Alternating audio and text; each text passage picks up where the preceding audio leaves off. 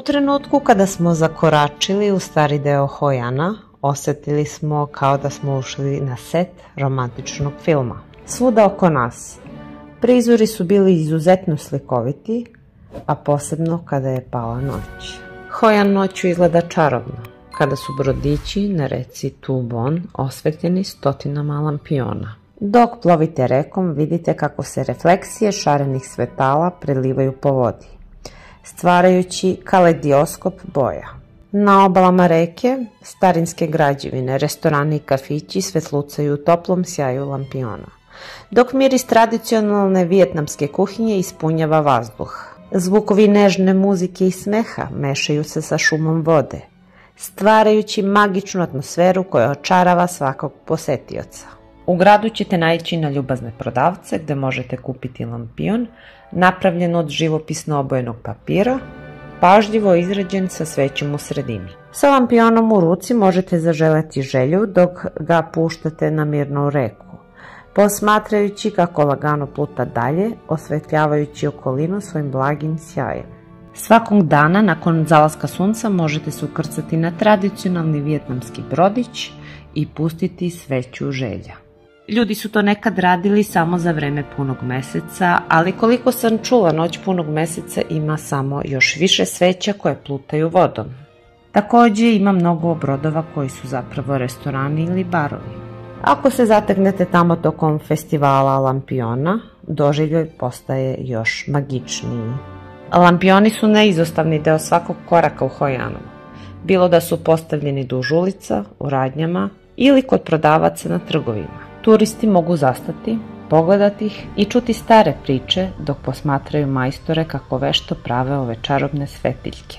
Festival lampiona u Hojanu datira još iz 16. ili 17. veka, kada je Hojan bio središte trgovaca. Kinezi i Japanci koji su se naselili u Hojan doneli su lampione i kačili ih ispred svojih vrata kao podsjetnik na svoje domovine. Vremenom je izrada lampiona postala osnovna delatnost porodičnih firmi. Vijetnamski meštani su takođe počeli da kače lampione, nadajući se da će im doneti sreću i radost. Šareni lampioni su vremenom postali simbol Hojana. Oko 1988. godine lokalne vlasti su donele odluku da organizuju festival lampiona svakog meseca na dan punog meseca. Od tada festival je postao jedan od najočekivanijih događaja za lokalno stanovništvo i turiste. Takođe, dostupna je usluga koja turiste vodi čamcem duž reke Tubon, gde mogu uživati u spektakularnom izlasku i zalasku sunca, kao i u posmatranju starog grada koji se u noći pretvara u misterioznu oazu svetlosti. Ulice u centru grada će biti zatvorene za saobraćaj. U selu Svile, u Hojanu, posetioci imaju priliku da urone u svet tradicionalne proizvodnje svile. Ovo mesto odiše istorijom i veštinom gde lokalni svilari već vekovima stvaraju čarolije od svile. Proces počinje uzgajanjem svilenih buba i pažljivom selekcijom listova duda za ishranu. Nakon što bube proizvedu kokone, odnosno čaure, tkanje svile se odvija na tradicionalnim razbojima, prateći drevne tehnike i veštine. Osim što možete posmatrati ovaj proces, imaćete priliku da kupite ručno izrađene svilene proizvode, kao što su marame, haljine i košulje, koje su izrađene od strane lokalnih majstora svile. Poseta selu Svile u Hojanu ne samo da pruža uvid u bogatu tradiciju svile, već i omogućava da se oseti duh ovog prelepog grada i njegove nasleđene veštine. Uzbuđujuća večernja atmosfera noćnog marketa privlači posetioce svake večeri, od 17 do 23 časova. Najbolje vreme za posetu ovom mestu je između 19 i 21 i 30, kada pijaca najviše oživi. Osim što možete uživati u bogatoj ponudi hrane i suvenira, poseta noćnom marketu pruža vam sjajnu priliku da istražite svakodnevni život lokalnog stanovništva i uronite dublje u kulturu centralnog dela Vijetnama. Na noćnom marketu možete otkriti raj ulične hrane, gde se prodaju različita ukusna jela. Uveče ovo mesto je posebno živo i prometno, dok je ujutru tiše i mirnije. Ako ste raspoloženi za romantičniju večeru, možete se ukrcati na drveni brod i uživati u večeri na reci, dok posmatrate zalazak sunca koji odslikava svoje posljednje zrake svetlosti na površini vode. Osim gastronomskih i romantičnih iskustava, Hoi An je takođe poznat kao raj za krojače. Ovde možete pronaći vešte majstore koji će vam napraviti odeću po meri izuzetnog kvaliteta. Bez obzira da li tražite odelo po meri, tradicionalni vijetnamski Ao Dai ili jedinstvene modne dodatke, talentovani krojači Hoi Ana će vam ispuniti vaše modne snove. Takođe, vreme posete Hoi Anu treba pažljivo odabrati u skladu sa klimatskim uslovima. Prva 3 meseca su idealna za posetu, dok je kišna sezona poslednja 3 meseca. Trebalo bi da budete pripremljeni za različite vremenske uslove i da oblačite odgovarajuću odeću. Na kraju, Hoi An je dobio mnoga priznanja, uključujući i status UNESCO-ve svetske baštine od 1999. godine, kao i titulu najšarmantnijeg grada na svetu 2019. godine. Takođe je izglasan u top 3 UNESCO istorijskih lokaliteta u jugoistočnoj Aziji 2023. godine. Hoi An, u prevodu mirno mesto susreta, nudi nezaboravno iskustvo koje posetioci ne smeju propustiti. Uputite se u Hoi An Memories Land i uživajte u velikom spektaklu pod nazivom Hoi An Memories Show. Otkrite istoriju ovog idiličnog primorskog grada kroz 5 činova zadivljujućeg pripovedanja. Preporučujem da uzmete najjeftinije karte, jer su to upravo mesta odakle se cela predstava najbolje vidi.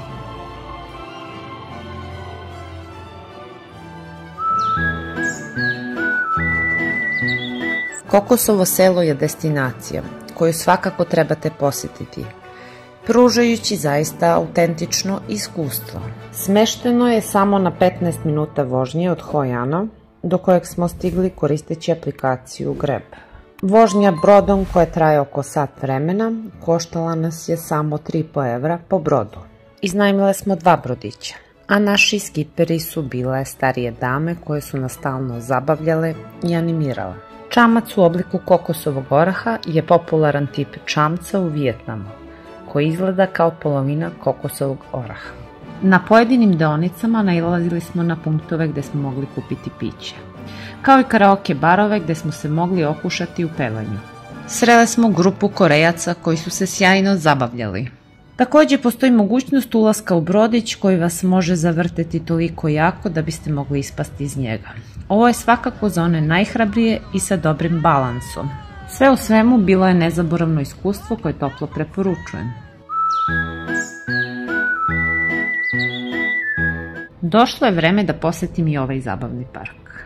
I bila sam presrećna. Možda zbog svih tih slika Zlatnog mosta koje sam gledala. Ili zato što jednostavno obožavam zabavne parkove. Tematski parkovi možda nisu za svakoga, ali Sun World Bana Hills, evropski tematski rekreativni kompleks na Anamskim planinama oko 30 km od Dananga, definitivno privlači gomilu posetilaca. Nudi zabavan dan za sve generacije u prijatnoj klimi. Jedini način da stignete do ovog zabavnog parka je žičarom, a ulaznica uključuje povratnu vožnju.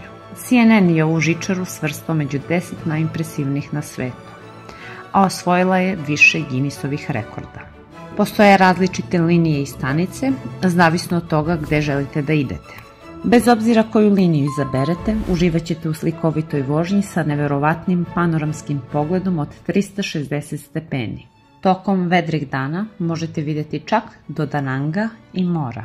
Na vrhu prošetajte francuskim selom, koje je kao stvoreno za fotografisanje.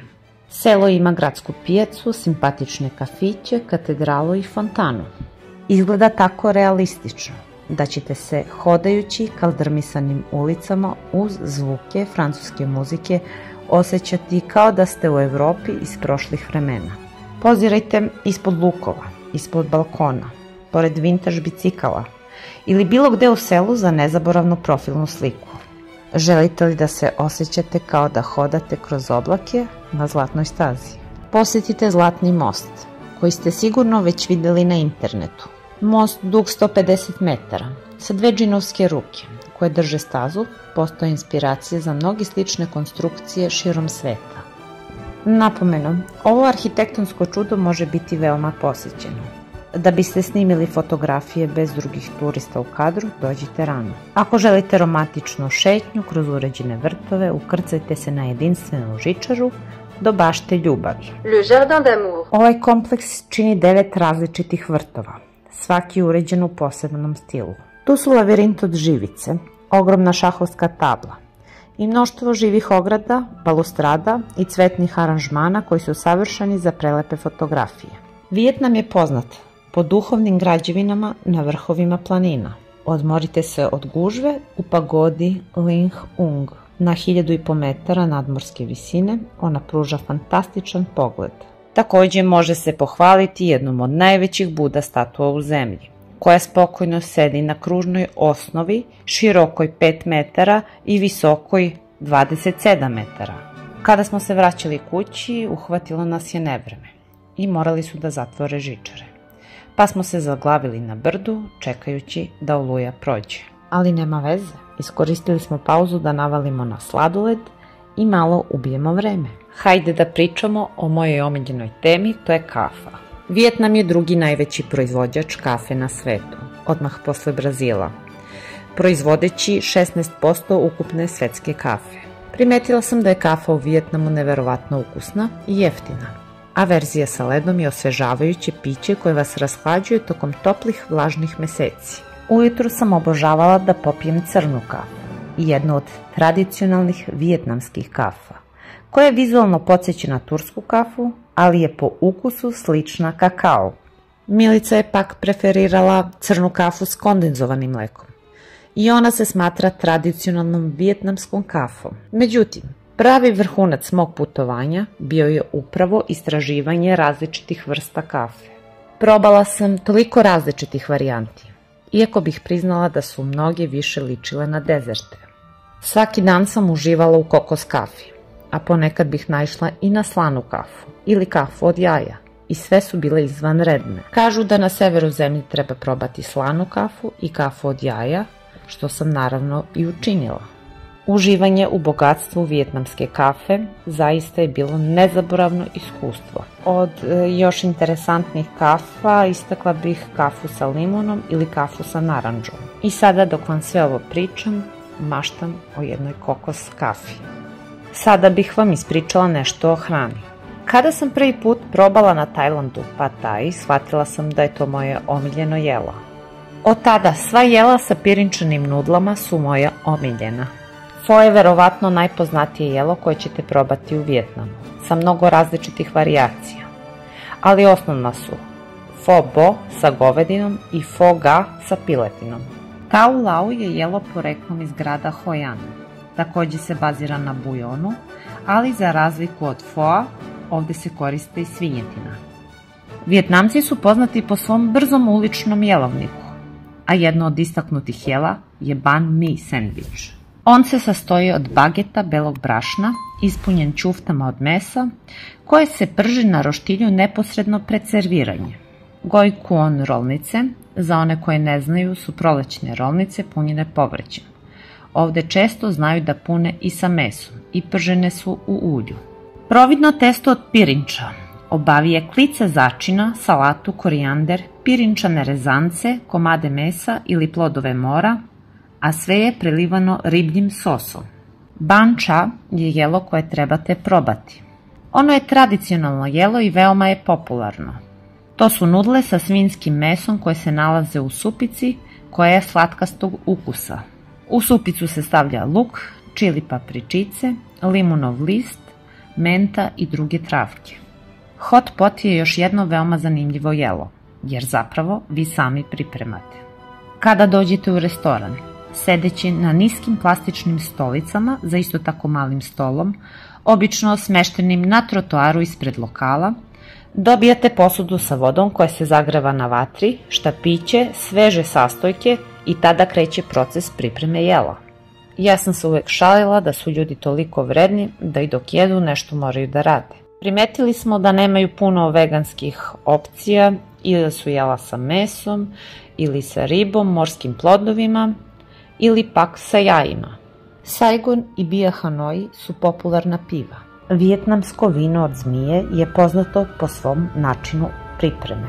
Vino se proizvodi tako što se rep zmije zaseče. Nakon toga krv zmije se pušta da kaplje u flašu pirinčanog vina, dok se telo zmije čuva unutar iste boce.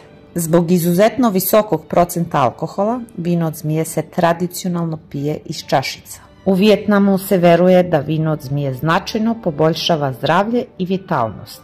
Če je opšti naziv za različite vrste tradicionalnih slatkih supa, koje se prave od raznog voća, mahunarki, žitarica, lešnika kokosa, slatke palme i drugih sastojaka. Jednom smo kupile na ulici neki sladoled koji je izgledao kao domaća radinost. Mi smo birale sladoled po boji, tako da je jedan bio od pasulja, drugi od durijana, treći od mače. I nije nam se baš svideo. Ovdje završavamo našu priču o Vijetnamu, a uskoro stiže sledeća.